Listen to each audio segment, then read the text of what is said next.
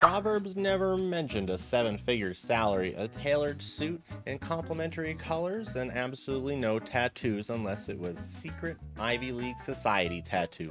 But she did. She laid out God's plan for her future husband with a straight face to a matchmaker, while currently holding the title of lead receptionist and failing the bar exam. What the matchmaker quietly revealed about her actual job is the most important plot twist in modern dating history. Basically, I'm just very clear on what I want. There's a lot of boxes that need to be ticked. I know this man is out there, and it's just a matter of finding him. But if men were to have boxes to check, expectations to have, we would be shamed for it, right, fellas? Figure salary. Right. Already said morning routine. Yes. That includes some sort of exercise with group accountability, as well as some sort of very high nutrition, I'm going to say smoothie. Her hair is tied back so tight, like her face looks like it's being stretched out. At least 5'10". I feel like that's generous. I need him to be obviously in very good shape. Okay, 5'10", fellas. She didn't say 6 feet. That's a new one.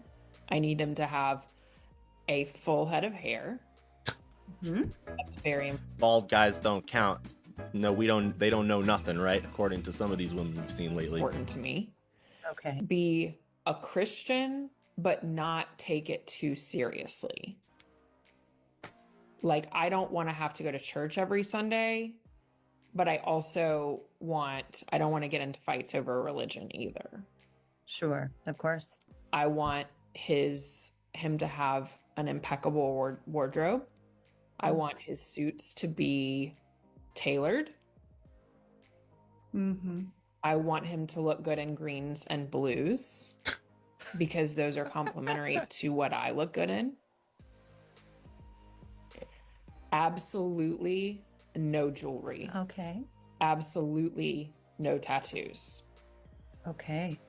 Unless the only tattoo that would be acceptable would be a very small tattoo if he were in a secret society at an Ivy League university and was. What makes this woman worth it to a man of this stature that she wants? Forced to get a tattoo that I would make a pass for.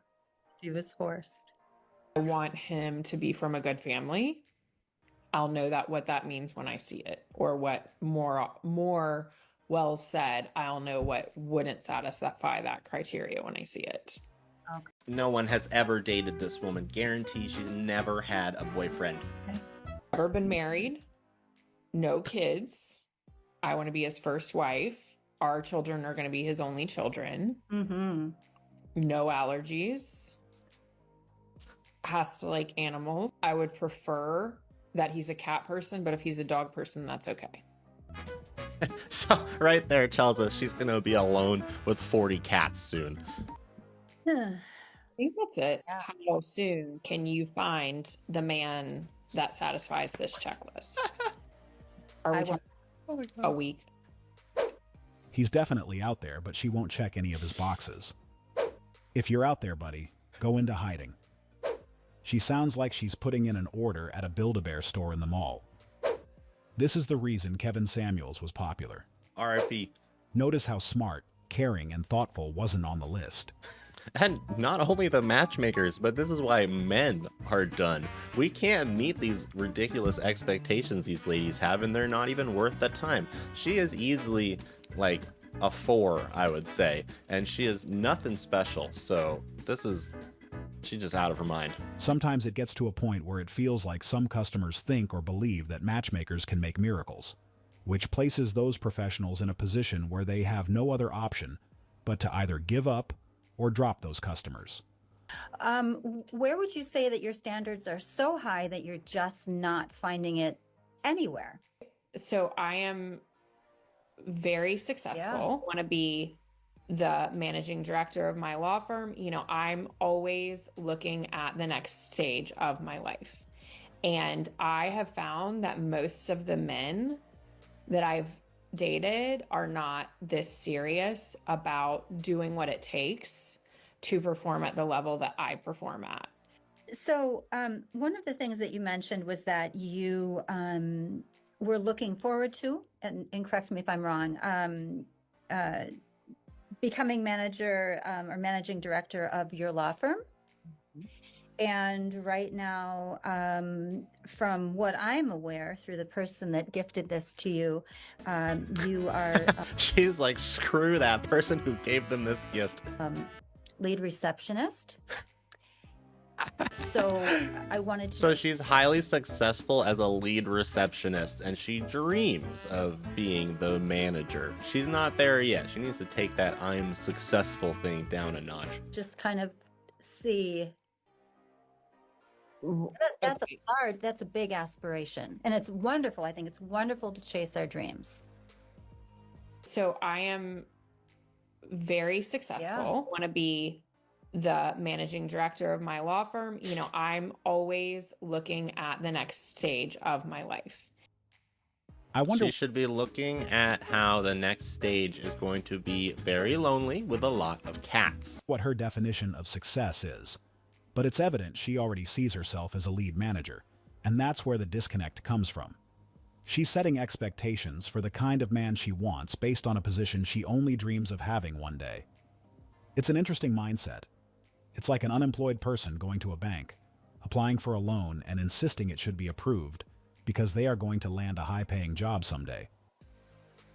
Yes. And it's not chasing a dream. It's creating the next steps of a life that are absolutely set in She's mad she got called out there. stone at this point. Yes, technically is the badge on my desk, is the title on my paycheck, lead receptionist. Yes. Do I do a million times more than just leading reception? 100%.